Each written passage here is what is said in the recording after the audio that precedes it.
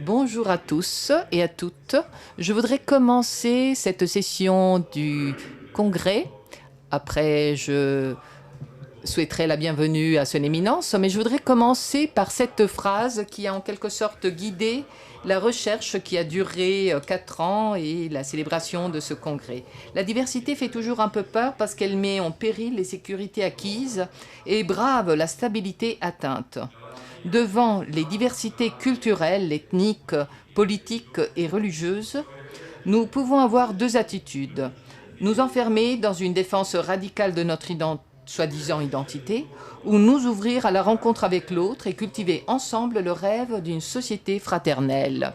C'est ce que le pape François disait lors de la conférence, le discours à la conférence épiscopale hongroise en septembre.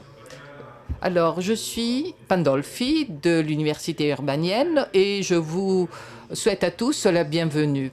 Donc, voilà, je vais faire une introduction, puis nous allons commencer notre congrès. Vous savez que le congrès se tiendra sur 3 journées, mercredi, jeudi et le jeudi. Donc, on va se réunir le matin et l'après-midi de 15h à 17h30. Le vendredi, qui est le dernier jour, nous aurons un congrès seulement le matin. Évidemment, je parle des horaires de Rome. Donc, je dis cela parce que vous savez que... le vendredi matin, c'est de 9h à 12h30. Donc, comme vous savez, c'est en streaming aussi, ce congrès. Donc, il y a d'autres régions du monde qui participent. Donc, sera visible 6 heures plus tard. Donc, il y a des amis, par exemple, dans le continent américain, pour lesquels c'est de la nuit encore, et qui pourront suivre notre congrès. Vous savez donc que c'est un congrès qui se tient en ligne aussi.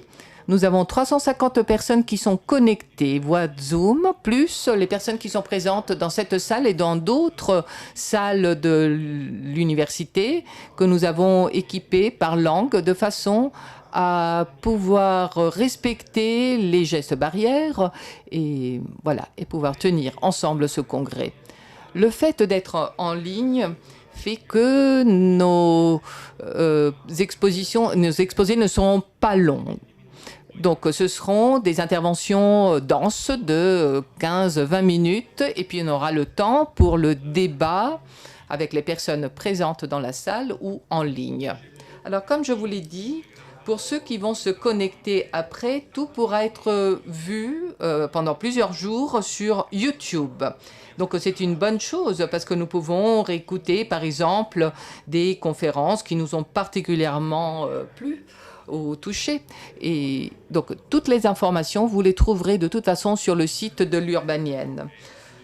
Dans le cadre de ce congrès qui est sur la multiculturalité et la formation, aussi bien dans le monde de l'université que de la vie consacrée, nous allons présenter demain une recherche qui a vu la participation de nous-mêmes et d'autres institutions pendant 4 ans. Donc le congrès va se focaliser sur la multiculturalité et la formation, mais va aussi présenter les résultats des données, donc de la recherche et des données qui ont été recueillies au cours de ces 4 années. Nous remercions tout particulièrement la GHR, on fera tout à l'heure des remerciements officiels parce que c'est grâce à eux aussi que nous avons pu tenir ce congrès. Maintenant, je laisse la parole au recteur magnifique, Sileo, le professeur Sileo, et puis nous allons écouter le message du cardinal Luis Antonio Tagle, qui est le préfet de la Congrégation pour l'évangélisation des peuples et qui est aussi notre grand chancelier. Merci et bon courage.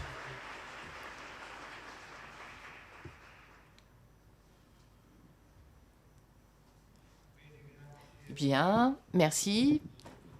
Merci au professeur Pandolfi qui a fait que, grâce à son expérience, ce congrès a pu être aussi un congrès technologique, donc en présentiel et en téléprésence.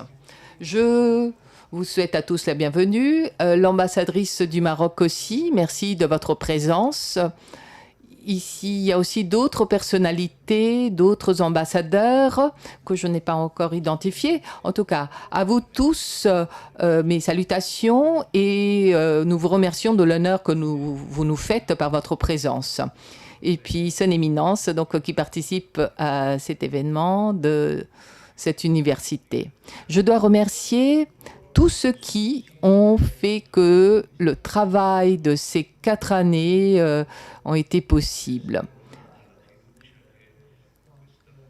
Cette fondation de Minneapolis nous a donc a placé en nous une grande confiance et nous avons pu l'honorer. Je remercie Madame Kathleen Horn qui a décidé d'appuyer et de financer ce projet, de l'accompagner jusque-là. Je remercie ceux qui ont collaboré en partenariat avec notre Institut supérieur de catéchèse et de spiritualité missionnaire pour la réalisation de la recherche et pour cette rencontre qui pourra certainement avoir des effets positifs, non seulement pour ceux qui sont présents ici et dans les autres salles, et aussi pour ceux qui sont connectés, mais aussi pour une rumination, une réflexion intellectuelle et spirituelle. Je dois remercier tout particulièrement l'Auxilium, qui a collaboré avec notre institut, notamment Madame Enrica Ottone, le professeur Enrica Ottone, pardon, qui a coordonné la recherche depuis le début. Alors, merci. Et puis, toutes les universités qui ont adhéré à ce projet, il y en a 10, et les communautés religieuses qui ont été choisies pour leur multiculturalité, justement. Je voudrais remercier aussi notre secrétaire général, l'économe et toute l'équipe non enseignant qui a œuvré pour la logistique et pour les derniers détails. Et je voudrais remercier aussi tous ceux qui, par leur présence et leur participation, donnent une vigueur et des contenus à ce congrès. Bien. Ce matin, nous allons faire un travail qui est en fait le point d'arrivée d'une recherche anthropologique et sociologique, multiculturalité et compétences donc dans la formation de la vie consacrée et dans le cadre de l'université. Pardon, donc communauté multiculturelle, multiculture et compétences interculturelles dans les universités pontificales et dans les communautés de formation de vie consacrée. Donc, des universités ont été choisies. J'emprunte donc des paroles du président. Qui sont marqués par la multiculturalité des formateurs, des formés, des enseignants, des étudiants et des étudiantes. Ces communautés qui sont donc l'expression de la beauté du visage pluriforme de l'Église. Cette expression qui a été employée par Jean-Paul II dans Novo Millennium Ineunte. Et donc, ces personnes qui préparent dans le présent le futur de la mission de l'Église, qui consiste à évangéliser dans tous les continents et dans la géographie de la vie humaine, chaque personne humaine. L'université urbanienne est née en 1627 en tant que missionnaire, en tant qu'université missionnaire. Et il a toujours été une communauté multiethnique et multiculturelle et a été le laboratoire de processus interculturels et polyglottes. Imaginez que la polyglotte du Vatican est née justement avec le Collegium Urbanum, qui donc, est l'ancêtre de notre université. En enraciner l'Évangile dans tous les coins de la terre et auprès de tous les groupes humains, aussi bien monoculturels que multiculturels. Permettez-moi d'indiquer que notre université est experte aussi bien du concept clé de ce congrès, la multiculturalité, que de la responsabilité de garder vivante la tension pour la formation au discernement avec des méthodologies de dialogue interpersonnel et pour l'intégration de toutes sortes de différences et pour dépasser ces différences et ces diversités afin de construire des communautés et des sociétés fraternelles. Je ne peux pas ne pas penser à ce que le pape François a dit et qui a été déjà mentionné, qu'on met en exergue. Donc, comme vous l'avez, le professeur Luca Pandolfi l'a lu, la diversité fait toujours un peu peur, etc. Donc, cette phrase-là du pape François. Eh bien, le Saint-Père nous a mis devant la responsabilité morale et des attitudes que nous décidons d'assumer face à la diversité, en nous prévenant que nous renfermer dans notre soi-disant identité veut dire nier un avenir aux nouvelles générations et briser le rêve de la fraternité universelle, s'ouvrir à tous les autres selon les différences respectives, nous rend des concepteurs et des réalisateurs d'un projet pour tous. Un nous qui habite la maison commune. Et c'est le chapitre 1 de Fratelli Tutti. Permettez-moi de vous montrer le processus de formation qui, en partant d'une attitude d'ouverture aux diversités, aux différences culturelles, ethniques, en mentionnant le troisième critère pour renouveler la contribution des études ecclésiastiques à une église en sortie missionnaire, que le pape François a illustré dans le préambule de Veritatis Gaudium. La multidisciplinarité en tant que manifestation de la diversité des domaines du savoir et des méthodologies affirme l'interdisciplinarité. Et ce passage est un fait, est une donnée épistémologique acquise. Afin qu'elle ne soit pas destinée à rester dans sa forme faible d'approche qui favorise une meilleure compréhension de plusieurs points de vue d'un objet d'étude, ajoute le pape, il faut voir sa forme forte interdisciplinaire où fermentent tous les savoirs et la vie qui vient de la révélation de Dieu. Alors, pourquoi ne pas imaginer que la culture et la multiplicité des cultures devraient aspirer non seulement à définir des compétences interculturelles, et en même temps, elles devraient remplir la tâche de faire fermenter la conscience de ce qui va au-delà des différences culturelles, puisque cela est indispensable pour chaque homme et pour la dignité de la vie. En remerciant chacun d'entre vous qui avez travaillé pour préparer et assurer le déroulement, je voudrais manifester l'idée que ce congrès est une contribution, quoique petite, au quatrième critère des études ecclésiastiques indiqué par le pape François, c'est-à-dire d'acquérir un style de construction de l'histoire, un domaine vital où les conflits et les tensions et les opposés, les diversités puissent atteindre une unité pluriforme qui engendre une vie nouvelle. En effet, c'est l'authenticité de l'avenir qui est en jeu, de l'avenir de tous et pour tous. Merci et bon courage.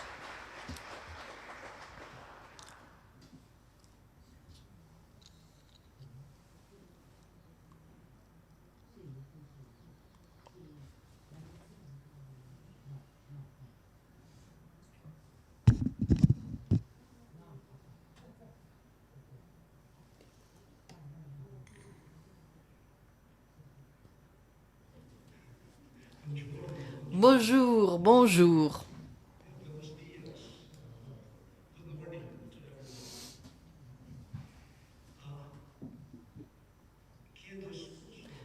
Je m'excuse.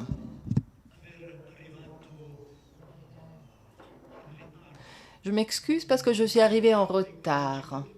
J'avais reçu l'information que le congrès allait commencer à 9 heures. Mais bon, je vous avoue, je vous l'avoue. Nous remercions l'Institut supérieur de catéchèse et de mission de l'Urbanienne et l'Union internationale des supérieurs généraux pour la générale, sur la recherche sur la multiculturalité, les compétences interculturelles dans les universités pontificales et dans la formation à la vie consacrée. Le projet a été élaboré en 2017 et aujourd'hui, à ce congrès international, nous avons donc un compte-rendu des résultats de cette recherche. Nous remercions fortement le professeur Luca Pandolfi, professeur d'anthropologie culturelle auprès de l'Institut supérieur de catéchèse et de spiritualité missionnaire, et madame et la professeure, la sœur Enrica de la grande famille des Salésiens, de la grande famille salésienne. Donc, professeur de pédagogie interculturelle à la faculté de sciences éducation Auxilium à Rome.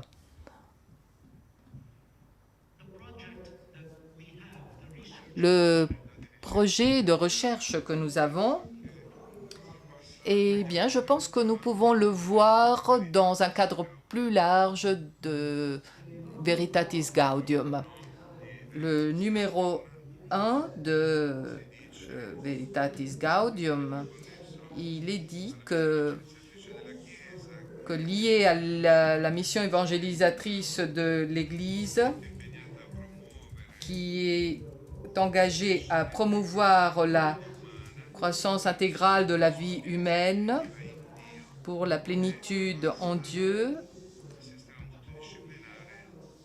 Donc, ce sont les études ecclésiastiques. Alors, ce système s'est développé au cours des siècles sur la base de la sagesse du peuple de Dieu, guidé par le Saint-Esprit et en dialogue avec le discernement et avec les différentes expressions culturelles. Donc, le système vaste et multiforme des études ecclésiastiques a fleuri de la sagesse du peuple de Dieu au cours des siècles sous la conduite de l'Esprit Saint et dans le dialogue et le discernement des signes des temps et des diverses expressions culturelles. Donc,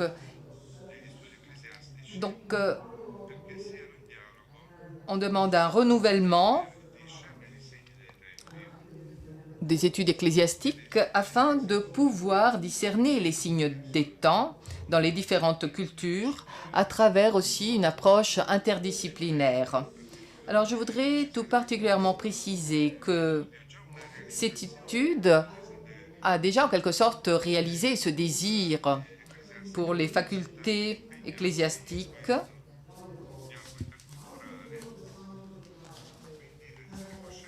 Donc il s'agit d'être conscient des signes des temps et de la diversité des cultures qui existent dans notre monde. Or, Veritatis Gaudium indique certains critères pour le renouvellement des études ecclésiastiques dans la ligne du dialogue interculturel et le discernement. Donc le premier critère, c'est la contemplation. Devant le Dieu trinitaire,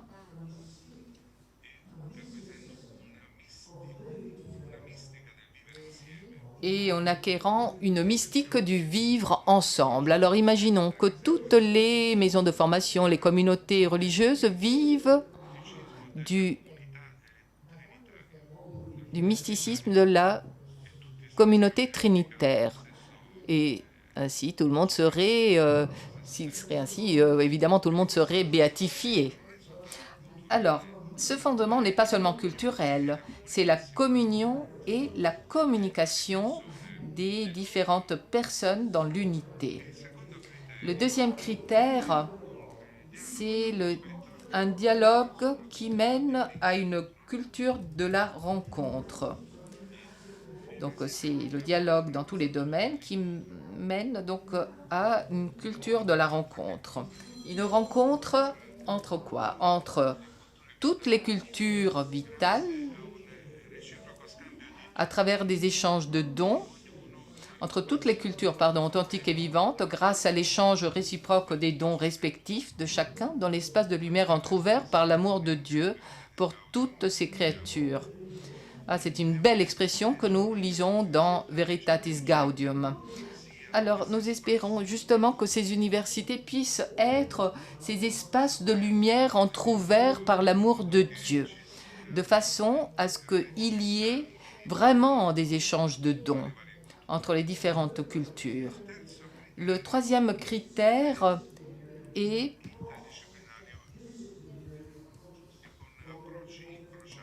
l'interdisciplinarité ou transdisciplinarité.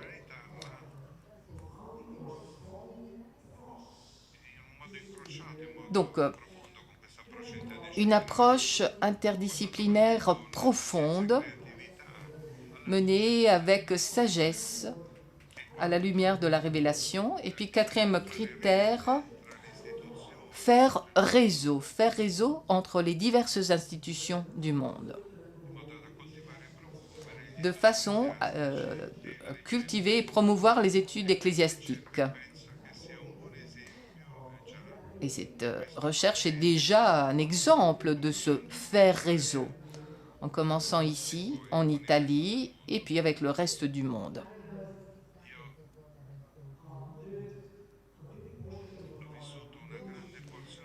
J'ai vécu une bonne partie de mon ministère en tant que formateur au séminaire. Donc, le sujet m'intéresse particulièrement et les résultats de cette étude m'intéressent particulièrement. En effet, j'étais recteur d'un séminaire qui est devenu petit à petit un séminaire international et interculturel. Alors, je connais les besoins de cette approche interculturelle. J'ai enseigné dans une université pendant de longues années. Et les derniers cours que j'ai donnés aux Philippines, eh bien 70% de mes étudiants ne venaient pas des Philippines, n'étaient pas originaires des Philippines. Ils étaient originaires d'autres pays, d'Afrique, d'Asie, d'Océanie.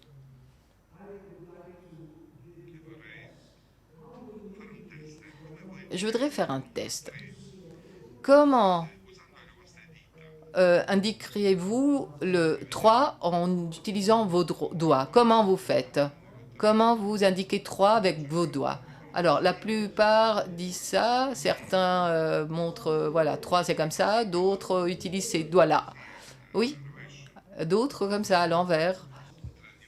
Les cultures, donc des médiateurs entre les différentes mentalités. En effet, ils sont en train d'envisager déjà, de penser à quelles sont les caractéristiques hybrides des cultures. Je suis moi-même un exemple de hybride. Mon grand-père est né en Chine et il a immigré aux Philippines. Et il s'est marié avec une Philippine chinoise, parce que ma mère est en partie chinoise et en partie philippine. Mon père dit qu'il a aussi des ancêtres espagnols. C'est peut-être vrai. Et il est philippin. Alors, mon grand-père était bouddhiste. Ensuite, il s'est converti au christianisme. Alors, chez nous, tous les jours, il y a un dialogue interculturel, interreligieux. Et regardez-moi, je suis moi aussi hybride d'un point de vue culturel.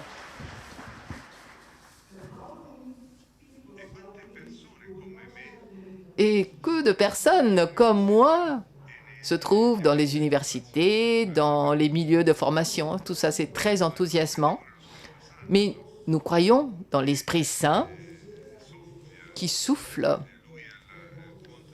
et qui est la source de la diversité et la source de l'unité.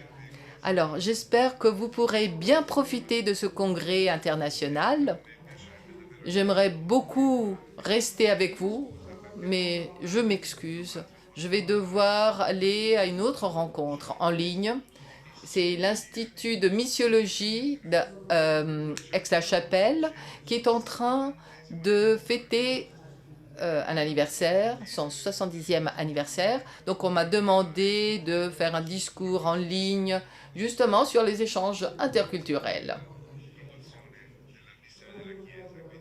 pour la promotion de la mission de l'Église. Alors, je vais leur dire qu'il y a un congrès semblable qui a lieu ici maintenant à l'Urbanienne. Je vais leur dire.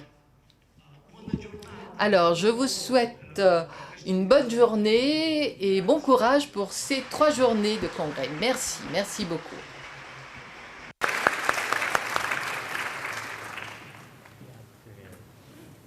Bene, ringraziamo Sua Eminenza, Salamat.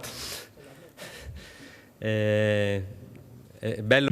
Merci, Éminence.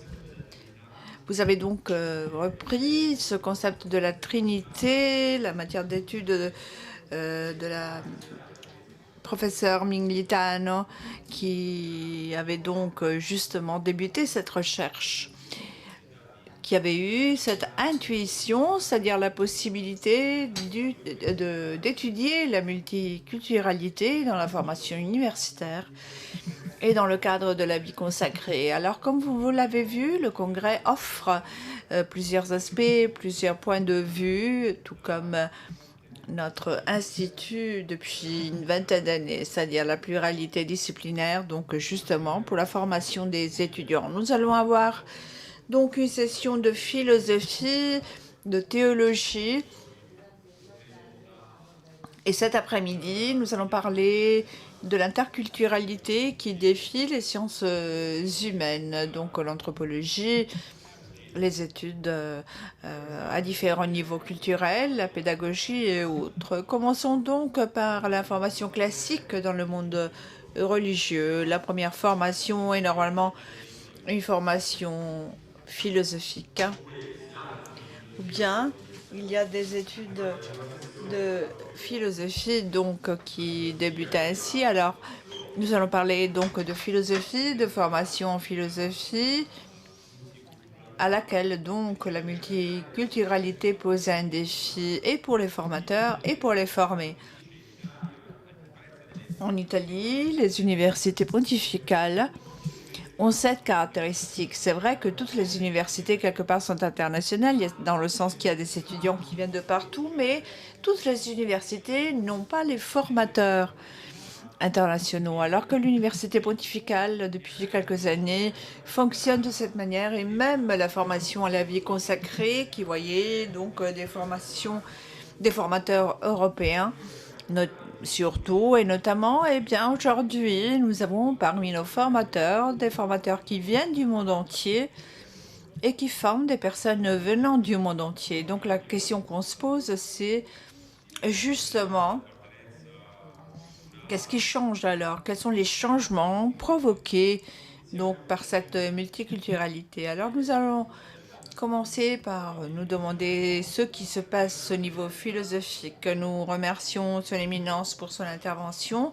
Nous remercions le recteur et nous donnons la parole au professeur Congiunti qui va modérer donc la séance. Professeur de philosophie de la nature, directrice de notre institut sur la non-croyance et les différentes cultures. Et j'appelle également le professeur Séverine Anguaigne de Mozambique. C'est difficile de ne pas le voir, il est assez grand.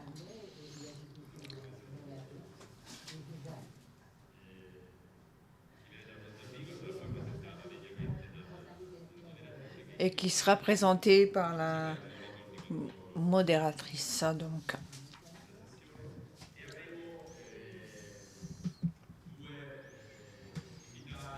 Et puis, deux invités, le père Célan, qui vient de l'Inde, c'est l'après-midi chez eux, il va être avec nous en ligne, et madame Zuckel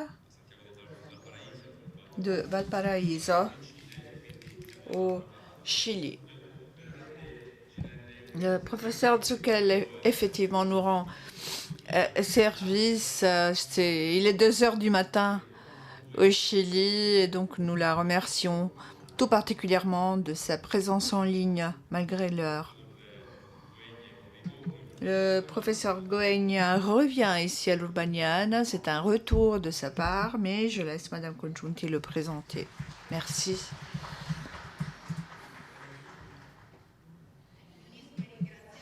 Donc je me joins aux remerciements et je remercie les organisateurs de ce congrès qui ont bien voulu donc conférer le juste espace à la philosophie. Déjà, les études philosophiques constituent donc le premier pas pour toute étude ecclésiastique, et puis surtout le thème de ce congrès qui a à voir donc avec la philosophie qui est toujours née des cultures, de la rencontre entre les diversités, de la recherche de ce qui nous unit. En particulier, ces derniers temps, nous sommes appelés donc à une inquiétude positive, c'est-à-dire à penser en profondeur à la relation entre les différentes disciplines des différentes cultures.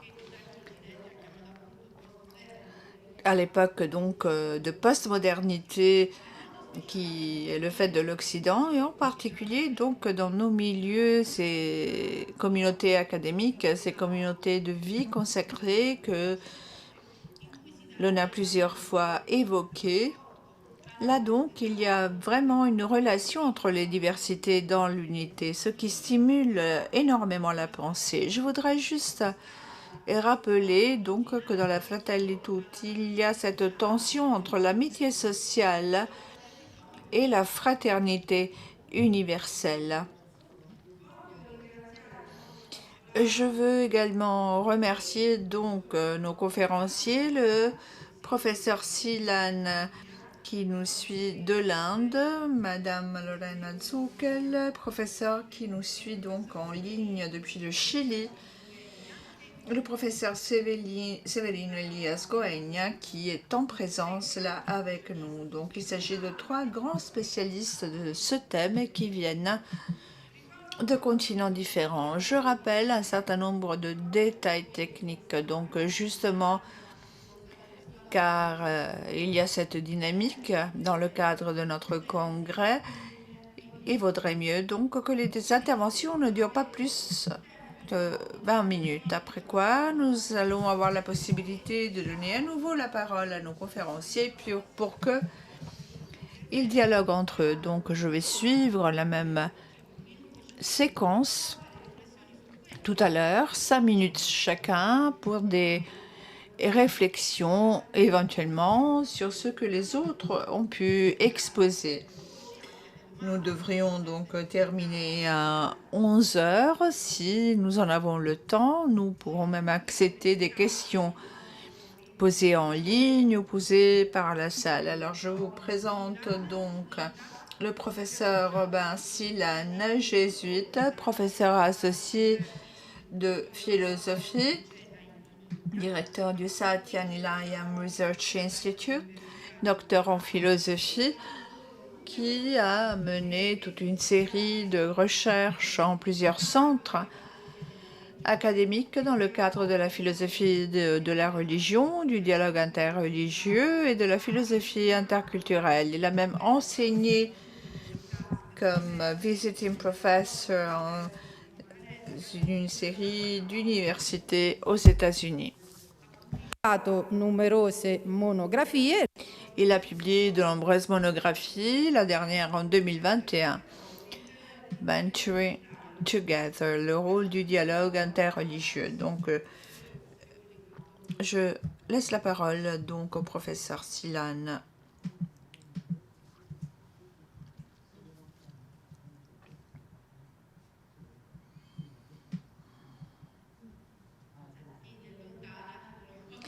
C'est vrai que l'Inde, c'est pas tout près, donc il faudra peut-être quelques secondes.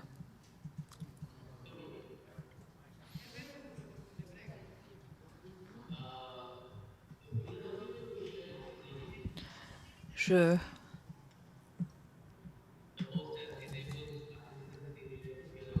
veux d'abord vous remercier, puis vous demander de pouvoir partager mon écran.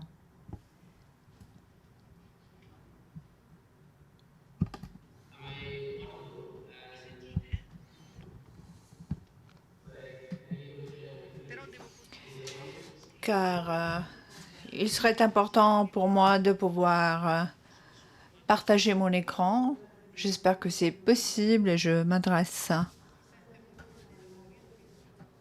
aux techniciens qui s'occupent de Zoom.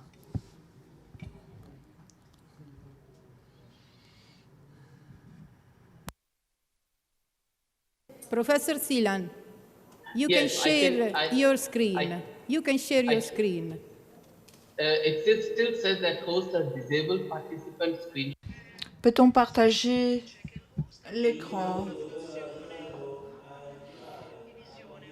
Il paraît que la fonction partage est impossible à utiliser. C'est le host de la réunion sur Zoom qui devrait me permettre de partager mon écran.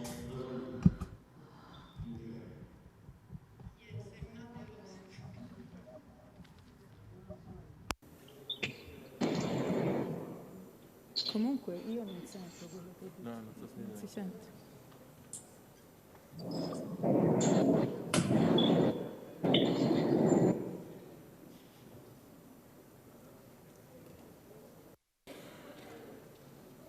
You can try again, please. Yes. Est-ce que vous pouvez réessayer?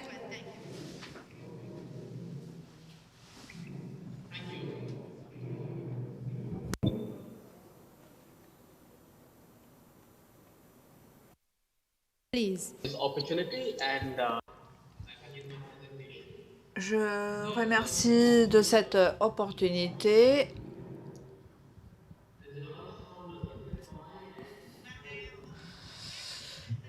Il y a un problème d'interférence et donc des problèmes techniques. En tout cas, je vais vous parler de opportunités défis des rencontres interculturelles dans les centres de formation religieuse. Tout d'abord, je voudrais exprimer ma gratitude à l'université Urbaniana pour m'avoir donc offert cette opportunité. Je remercie les organisateurs et en particulier, je voudrais remercier les formateurs et les formés qui participent à cette initiative. Alors, ma présentation est très simple. Je me présente moi-même d'abord. Je m'appelle Robin. Je suis jésuite et professeur au collège Loyola. Donc, faculté ecclésiastique en Inde. J'espère que vous arrivez à me suivre. Je me trouve à l'hôpital, d'ailleurs actuellement. Je ne me porte pas trop bien, ma santé n'est pas optimale, mais je suis quand même là pour vous parler donc des rencontres humaines qui ne sont pas si faciles à évaluer, notamment lorsque nous sommes dans des contextes culturels différents. Ce qui est d'autant plus vrai lorsqu'il y a deux êtres humains qui sont candidats à la vie religieuse et qui se trouvent dans un contexte monoculturel de vie religieuse. Tout ceci devient encore plus complexe si les centres de formation religieuse doivent essayer donc d'encourager, les former dans le cadre d'une nouvelle culture religieuse et en même temps essayer de promouvoir des éléments positifs que les formés possèdent sur la base de leur culture originaire. Et donc voilà que ces tâches deviennent d'autant plus complexes car les formateurs continuent de s'évoluer dans une autre culture religieuse et sont bien conscients du rôle de leur culture originaire et doivent décider donc si prendre une distance ou bien choisir une immersion totale. En plus, donc, les tâches deviennent de plus en plus complexes dans l'Église universelle et donc les rencontres interculturelles doivent être profondément analysées et étudiées. Il s'agit donc aussi de prendre conscience du fait qu'il y a deux facettes à l'objectif de l'éducation dans le cadre de la formation religieuse. Donc il s'agit d'aider les formés à apprendre les bases de la philosophie, de la théologie, et il s'agit aussi d'aider donc les formés et les formateurs à découvrir la société de différents points de vue. Comme Dubois l'a dit dans son travail, l'âme de la population noire, la fonction de l'université n'est pas simplement de fournir des formateurs pour les écoles publiques ou d'être un centre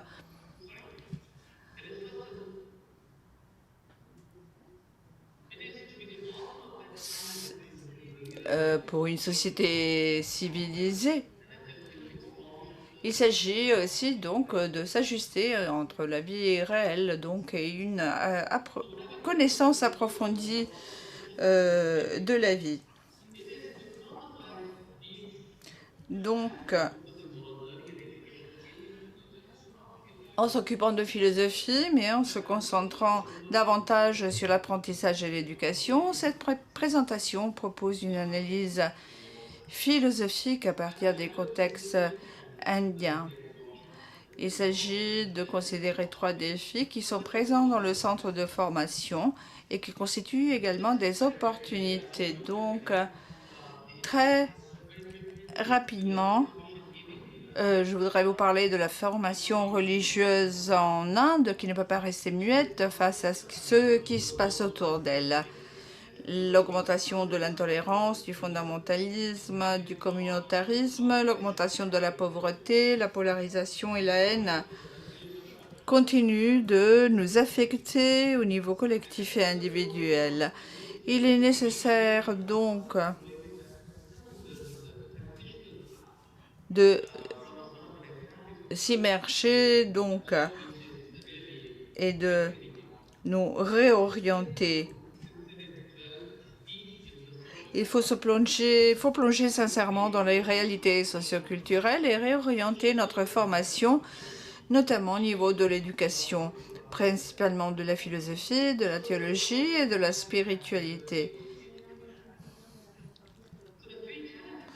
Donc il y a 3 défis que nous devons prendre en considération. Donc les espaces internes, la double conscience et le pluralisme.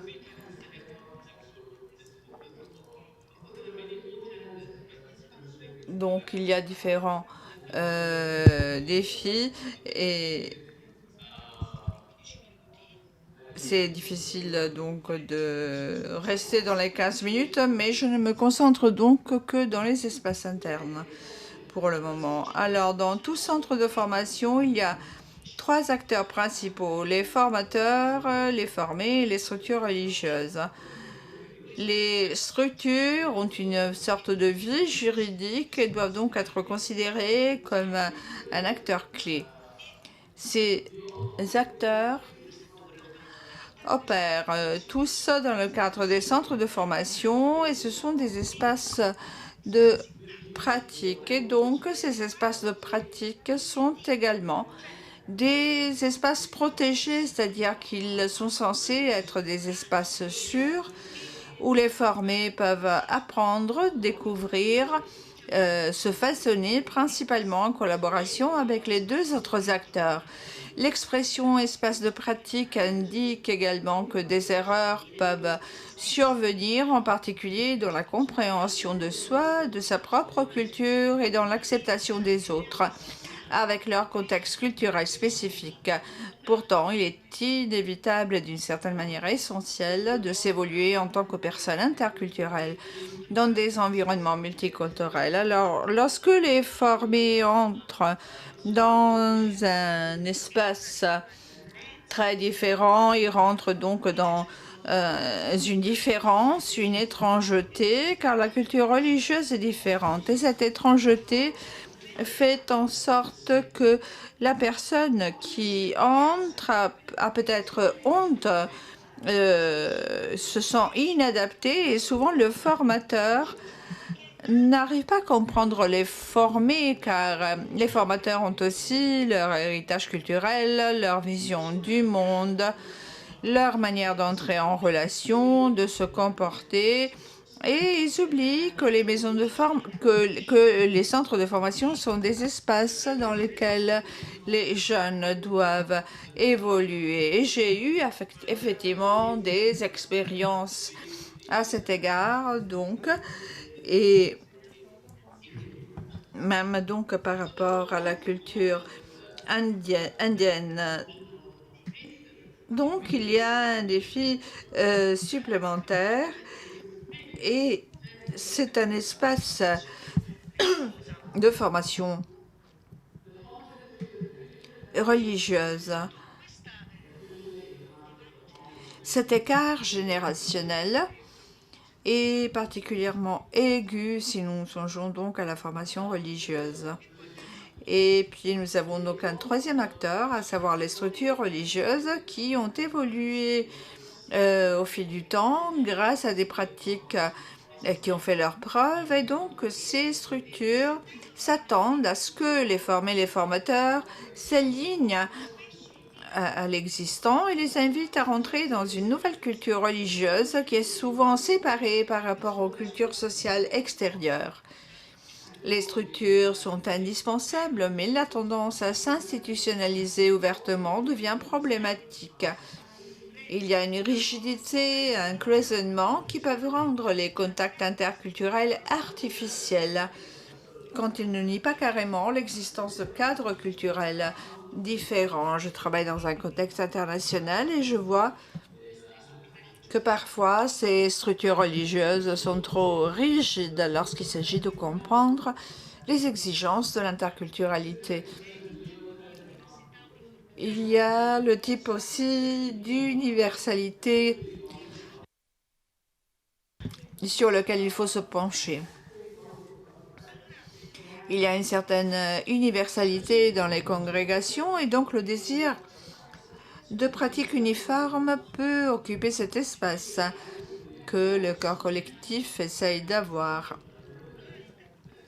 Lorsque l'uniformité l'emporte sur les facteurs culturels individuels, l'interculturalité devient difficile.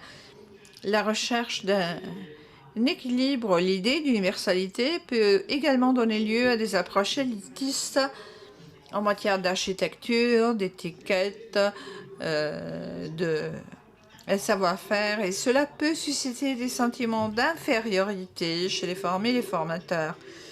Il faut toujours garder à l'esprit le fait que nos théologies, nos philosophies peuvent sembler élitistes, à savoir surtout celles qui nient l'existence d'injustice sociale, surtout dans un contexte indien. Nous avons également une double conscience. Par exemple, un jésuite venant de l'Inde peut être à la fois conscient de son identité en tant que jésuite et de sa propre identité en tant qu'Indien.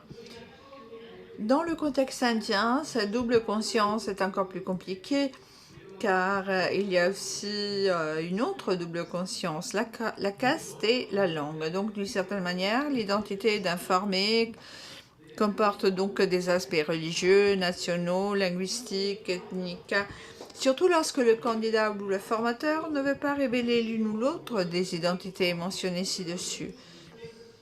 C'est une sensation particulière, cette double conscience, ce sentiment de toujours se regarder à travers les yeux des autres, de mesurer son âme au ruban d'un monde qui la regarde avec un mépris et une pitié amusée.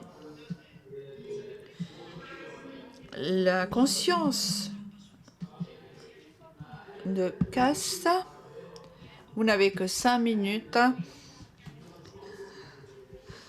J'imagine que vous connaissez donc la conscience de caste. C'est donc un sentiment de honte qui existe en Inde si l'on vient d'une caste inférieure. C'est quelque chose qu'il ne faut pas sous-estimer. Troisième point, le pluralisme épistémiologique. Il y a plusieurs modalités de connaissance. Nos schémas de pensée continuent d'être dominés par l'eurocentrisme, le védocentrisme et le brahmanocentrisme. Malheureusement, une grande partie de nos théologies, de nos philosophies sont encore eurocentriques et on se concentre beaucoup sur la philosophie occidentale. Quelles conséquences sur l'interculturalité? Dans les relations et la communication interculturelle, il y a un élément de décentralisation qu'il faut considérer. Le pluralisme épistémiologique apprécie et reconnaît le fait qu'il existe de nombreuses façons de connaître. Les systèmes éducatifs actuels, tant dans les centres de formation que dans les autres systèmes éducatifs, reposent uniquement sur la collecte et la transmission d'informations aux étudiants, alors qu'il faut s'éloigner, à mon avis, de ces idées eurocentriques qui l'emportent de ce point de vue et qui peuvent nuire. En ce qui concerne le contenu et la méthode, il y a une sorte de hiérarchie d'apprentissage de connaissances et également la définition de normes ou qualités basées sur le système occidental présente des désavantages et des avantages. La compétence se base sur l'évaluation de ce qui est meilleur, mais ceci ne correspond pas toujours à l'héritage culturel des formés et des formateurs. Très souvent, d'autres alternatives sont ignorées. Par exemple, il suffit de penser aux castes élitaires, élitistes qui ne s'expriment pas par le même langage. Et maintenant, je voudrais vous parler des opportunités. Les 3 défis mentionnés ci-dessus nous provoquent des hypothèses ontologiques basées sur la raison, le changement de la compréhension de nous-mêmes et donc une plus grande prise de conscience quant à l'existence d'autres philosophies et théologies. Donc l'époque actuelle est la plus propice à remettre en question un certain nombre de nos hypothèses ontologiques qui concernent nos relations avec nous-mêmes et avec les autres. Même si nous sommes interdépendants, la prise de conscience de la dignité humaine nous offre un autre moment opportun, surtout dans le sillage du prochain synode. Et l'enquête historiographique également, et nous l'étudions longuement, ainsi que l'histoire nationale ou internationale, eh bien, il faut également songer aux contextes locaux du point de vue historiographique, car cela nous permet, dans nos séminaires, cela nous permet donc d'être plus ouverts et plus ouverts vis-à-vis des cultures qui viennent peut-être pas d'autres nations, mais même de points géographiques très petits. Je vais traiter très rapidement maintenant la sociologie des absences. C'est une idée, un terme qui ont été développés par Boaventura de Sousa Santos. On se réfère là à la manière de laquelle des silences entourant des expériences particulières et à la manière dont ces silences sont activement créés par des processus particuliers. Cela permet d'aborder ce qui a été marginalisé, supprimé, pour se concentrer sur les processus qui empêchent l'établissement de liens entre les différentes connaissances pour montrer donc le fait que certaines formes d'hégémonie sont inadaptées. Il s'agit donc d'étudier ces absences ou ces silences ou ces voix réduites au silence. Alors dans le contexte indien, c'est vraiment le bon moment et la bonne époque pour faire entendre donc la voix des opprimés, et je parle donc des Dalits, des veuves, des transsexuels, et nous avons besoin donc d'une traduction interculturelle que je n'ai pas là maintenant le temps d'expliquer. En tout cas, notre société contemporaine continue de connaître de vastes changements et il est trop difficile de saisir la vitesse à laquelle ces changements se produisent. L'un de ces changements que nous avons pu noter dans notre vie communautaire, en des contextes multiculturels, c'est que si d'un côté il y a beaucoup d'intolérance, il y a aussi des éléments positifs de coexistence qui sont en train de se former. Les centres de formation religieuse ne sauraient être aveugles face à ces éléments, en particulier dans leurs éléments éducatifs. Et nous en avons identifié quelques-uns. Donc, dans le contexte indien, nous avons besoin d'attention afin cela doit devenir pertinent dans nos ministères et dans nos vies et religieuses, en glorifiant toujours notre Créateur. Merci. Nous remercions le professeur Silan pour ce texte si profond qui a évoqué la profondeur de l'être humain, pour se développer ensuite du côté donc de la multiculturalité des centres de formation qu'il connaît très bien. Je rappelle juste quelques phrases. Il y a plusieurs manières d'apprendre et il y a toujours un espace pour la raison. Merci. Le professeur pourra à nouveau prendre la parole donc après les interventions des deux autres conférenciers. Et maintenant, nous nous rendons donc au Chili pour donner la bienvenue à Madame Zoukel, chercheur académique dans le département des études humanistes de l'Université Técnica Federico Santa Maria au Chili. Elle est docteure en philosophie en Espagne et elle a enseigné donc justement la philosophie en plusieurs universités au Chili, s'occupant notamment de philosophie interculturelle. Elle a d'ailleurs écrit toute une série d'articles scientifiques sur le sujet. Par exemple, donc plusieurs articles, études sur l'interculturalité. Vous êtes la bienvenue, professeur Zoukel. Malheureusement, l'acoustique n'est pas optimale, je m'en rends bien compte, et nous nous en excusons. Merci. Bonjour. Je suis très contente de pouvoir... on n'entend pas. Non, a le microphone. Voilà. Alors, l'université urbanienne, donc je voudrais la remercier, tous les organisateurs, ainsi que le professeur Pandolfi. Alors, je vais parler en espagnol. Voyons un peu le contexte. Le 25 octobre 2020, au Chili, il y a eu un plébiscite national pour savoir si les citoyens étaient d'accord pour s'engager dans un processus constituant. Donc, il y avait eu des centaines de manifestations un an plus tôt sur l'ensemble du territoire national, des manifestations qui évoquaient donc l'urgence d'intégrer les droits sociaux dans la Constitution, tels que la santé, le droit à l'eau et aussi un contexte de demande de reconnaissance et de nécessité d'un changement de cap dans les relations humaines et avec l'écosystème. Alors, on demandait non seulement que les peuples indigènes soient mentionnés dans la Constitution,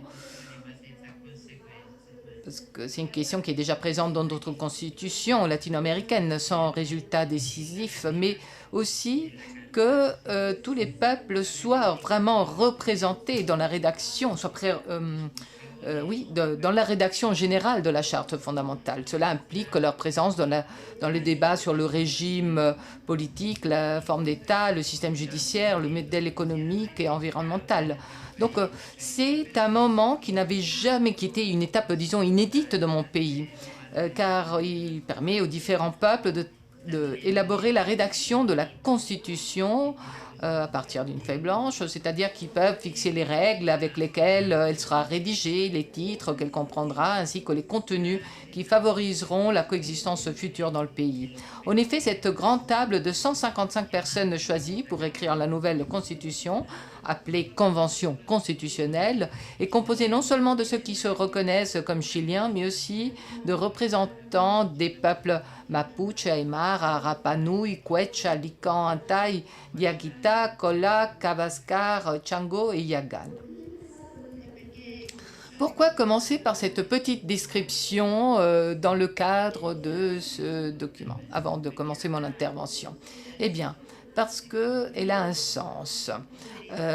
Si on l'inscrit dans une série de dialogues que nous avons menés dans des congrès, des cours, des recherches qui ont souligné donc le paradoxe de la réalité chilienne. Nous avons déjà parlé de cet aspect-là en essayant de rendre visible la réalité des peuples. L'éducation interculturelle a été un espace clé au cours des dernières décennies en réponse à ces demandes. Et il est nécessaire de reconnaître les progrès réalisés à cet égard dans ce long chemin de lutte et de reconnaissance.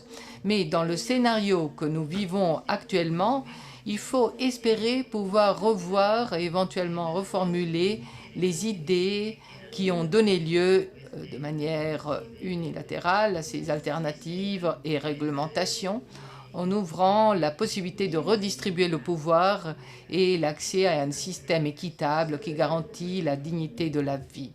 Alors, passons au point 2 qui concerne donc la philosophie interculturelle. Dans les années 90, nous avons commencé à parler avec force d'une philosophie interculturelle. Comme l'écrivait Raoul Fornet-Bettencourt en 1994, en fait, celle-ci s'est révélée comme l'alternative historique pour entreprendre la transformation des modes de pensée actuels. Cela signifiait donc nous inviter à relever les défis du temps en passant d'une pensée qui pense et repense sa tradition à une pensée qui, sachant qu'il n'y a pas de pensée sans tradition, nous invite à faire sa tradition, au sens d'une philosophie aux caractéristiques théoriques, pratiques et historiques. Il s'agit donc d'établir une philosophie ouverte au dialogue entre les cultures, une philosophie qui examine de manière critique la question de savoir pourquoi elle pense comme elle pense, et ce afin d'expliciter la partialité monoculturelle de ces principaux concepts. Parmi les rencontres qui ont vu le jour au cours de cette décennie figure le Congrès international de philosophie interculturelle, dont la première activité s'est tenue à Mexico en 1995. Il a été inauguré par Raymond Panikkar. Dans sa conférence, il a décrit l'interculturalité comme l'impératif philosophique de notre temps, parce qu'elle était déjà devenue un concept à la mode à défendre en tant qu'espace critique, mais aussi parce qu'il a comprise comme ce qui fait de la philosophie un lieu de questions sur les questions, qui permet la problématisation pérenne de la vie et du monde, l'obligeant à déplacer les concepts et la philosophie elle-même d'un simple essai, comme c'est le cas pour s'approcher, se regarder et s'écouter, vers elle-même. Quelques jours plus tard, parmi d'autres intervenants, Dina Picotti a montré que l'interculturalité fournissait à la philosophie une interpellation nécessaire. Elle l'a montré dans cette rencontre à partir de l'expérience d'abandon et de marginalisation vécue dans le continent américain, mais aussi dans ces situations communes à nos pays qui coexistent avec la négativité de diverses logiques et manières de penser, de diverses langues et manières de connaissance, d'organisation, d'économie, ainsi que du sens éthique et de la spiritualité. Alors, disons que le premier congrès de la philosophie interculturelle a été inauguré par l'assimilation d'un objet issu du mouvement, de l'expérience, de l'interpellation, des actions qui décrivent l'interculturalité comme un processus ouvert à la diversité et à la nouveauté. Le travail de réflexion qui a été inauguré ici aujourd'hui a déjà été réalisé tous les 2 ans pendant 13 réunions et bien qu'avec de nouveaux visages, de nouveaux thèmes, les objectifs restent actuels. Nous savons qu'il n'est pas facile de faire passer ces idées dans les politiques gouvernementales, les politiques éducatives par exemple, car il s'agit d'un engagement critique pour comprendre ce qui peut sembler le meilleur et le plus sûr peut ne pas l'être ou ne pas l'être pour tout le monde. Le philosophe chilien José Santos a dit à ce propos que l'interculturalité est toujours un risque, un pari. Il n'y a pas d'assurance, pas de mesures préalables qui garantissent un résultat. L'éducation interculturelle au Chili.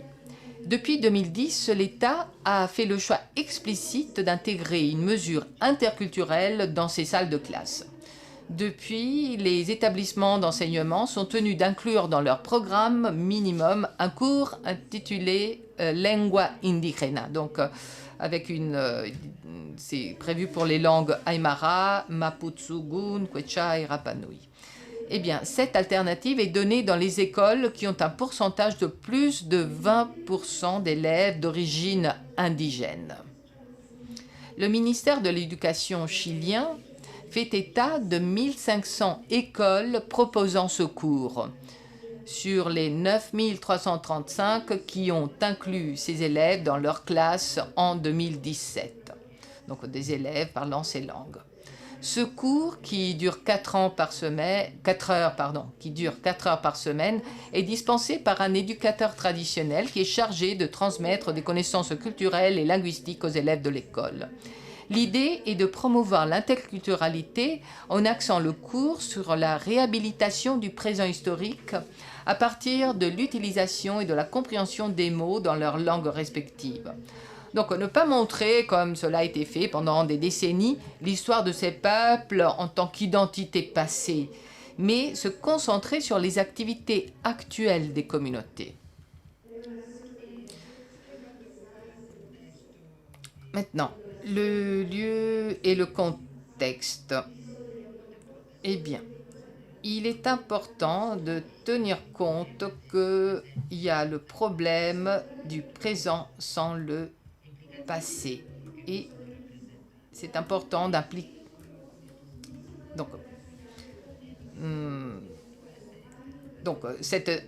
Disons que voilà, il y a un rapport au contexte dans lequel l'idée du présent sans le passé et de ceux qui ne comptent pas, de ceux qui ne sont pas considérés. Alors, comme l'indiquent les études, la mise en œuvre de ces objectifs ne peut pas se faire sans le retour d'un contexte qui accompagne ce que fait l'éducateur traditionnel. Bien que la volonté de certains directeurs et familles parvienne à animer des espaces avec un engagement envers l'interculturalité, en préparant des sites adéquats pour les cérémonies culturelles, en organisant des ateliers et des activités qui s'ajoutent au programme officiel, cela ne suffit pas pour accompagner le processus, car il dépend précisément de la volonté, des ressources et de la disponibilité des communautés. Mais plus encore, lorsque la réalité nationale n'est pas préparée pour l'accompagner. Cette question se traduit par l'inexistence d'un curriculum interculturel qui encourage la disposition générale des autres professionnels dans les écoles, en raison de l'absence de programmes adéquats dans les cursus des carrières pédagogiques du pays. Par exemple, qu'est-ce qui pousse le professeur de mathématiques, de musique ou d'espagnol à rejoindre le dialogue interculturel dans leurs écoles à partir de leurs matières respectives ? Dans certaines écoles de communauté mapuche, par exemple, le cours de langue indigène peut se dérouler dans une ruca, c'est-à-dire une maison mapuche faite de matériaux provenant directement de la nature et généralement de forme circulaire, tandis que les autres matières sont enseignées dans une salle de classe traditionnelle, généralement en béton et de forme carrée. Un éducateur traditionnel mapuche commente cette expérience. et je le cite, « Le Mapuche a son kimun, son savoir, à l'envers. Les Mapuches n'ont pas ce savoir carré comme ce coin de cette maison. Ce n'est pas comme ça. Les Mapuches ont un kimun, c'est-à-dire un savoir rond, en forme de cercle. Et c'est ce que nous avons changé là-bas avec le Lamgen Maria Isabel. Nous devons voir si nous pouvons donc changer le programme, mais pas tout d'un coup, mais en passant par des plans et des programmes. Nous devons faire passer donc les plans et les programmes. Donc l'activation des plans et des programmes n'est pas la seule étape à suivre dans le passage des objectifs promulgués dans ces programmes d'État sur l'éducation interculturelle au Chili, mais aussi une série de processus nécessaires que divers auteurs appellent la gestion des différences ethniques.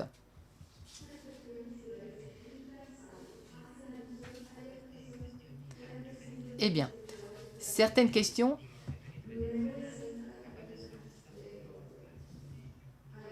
voilà, concernent donc les éducateurs traditionnels.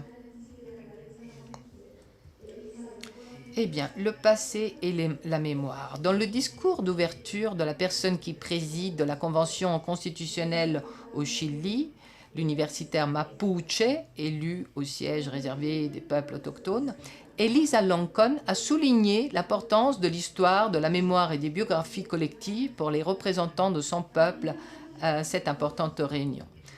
Elle a dit que quand les gens de... Elle a parlé donc des origines, de l'enfance. Donc, elle a dit, j'ai pu écouter chacun d'entre vous et cette réunion si pleine de nos ancêtres où nous rappelons nos expériences est si belle. Donc,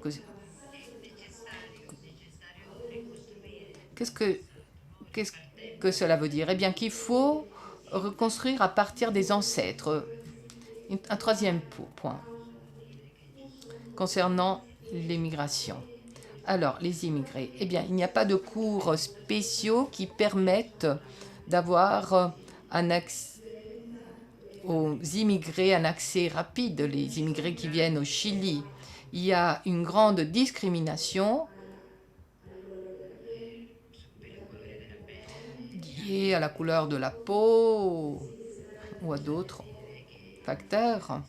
Alors, il faut dire que la discrimination est due aussi au fait qu'il s'agit de personnes pauvres quand on parle des immigrés qui viennent dans notre pays. Eh bien, la dignité de la vie. En conclusion, ce qui a été dit jusqu'ici est très important pour comprendre la distance entre la théorie et la pratique. Il y a des études qui montrent qu'il y a des modèles d'écoles, qu'il y a des écoles multiculturelles ou des écoles qui excluent. Alors,